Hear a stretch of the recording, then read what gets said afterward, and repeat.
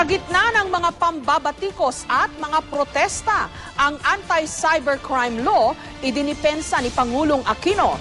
Hindi rin siya sang-ayon na tanggalin ang probisyon tungkol sa online libel, bagay na hindi nagustuhan ng isang grupo ng mga mamamahayag. May report si Joseph Morong.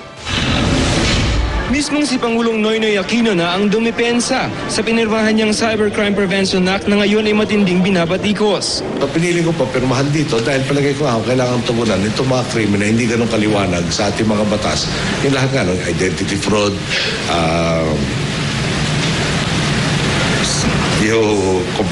other computer-related forgery, computer-related fraud, content-related offenses like yung child pornography, etc., unsolicited commercial transaction. Marami yung nakabudo na maganda.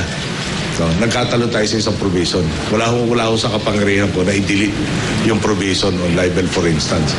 Layo ng bagong batas na supili ng mga krimeng isinasagawa online tulad ng cyberpornography, iba't ibang scam at ang paninirang puri o libel. Ayon sa Pangulo, sang-ayon siya na parusahan ang libel na isinagawa online. Ako po hindi sang-ayon na tatanggalin natin. Parang kung meron ka sinulat, kunyari ikaw may sinulat ka TJ at libelous o meron ka pananagutan. Yeah. Kung ikaw naman ay broadcaster, sinabi mo sa radyo o sa TV, may pananagutan ka rin. Kung parehong libelous sa sinabi mo, dinambahan ka sa internet, siguro libelous pa rin ho yun. Pero ang puna ng mga tumututol sa batas, bakit naman daw mas matindi ang parusa sa online libel kumpara sa nakasaad sa Revised Penal Code? Sa ilalim ng RA 10175 hanggang 12 taong pagkakakulong ang hinaharap ng sinumang mapapatunayang guilty sa libel gamit ang mga computer system. Pabor naman daw ang Pangulo na baguhin ito. So kung sobra yung penalty, i-amendahan po. Kung masyadong arbitrary ibang procedures, wala pa hong IRR, edi ilagay na rin ito sa batas na parang walang abuse naman on the powers that the state will be exercising. Dumaan din daw sa review ang batas bago niya ito pinirmahan. Kami po, pag hindi namin pinatupad itong batas na ito, pwede kami liable ng dereliction of duty. Pwede po ako ma-impeach pag hindi ko in-enforce yung mga batas na ating bansa.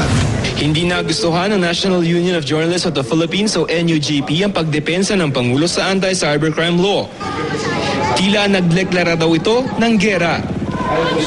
Ang ibig sabihin lamang daw nito, hindi ang mga Pilipino ang boss ng Pangulo kung totoo man daw na ito ang turing niya sa taong bayan. Nanawagan din ng NUJP na manindigan daw ang publiko para sa karapatang magpahayag. Tuloy naman ang mga kilos protesta laban sa anti-cybercrime law.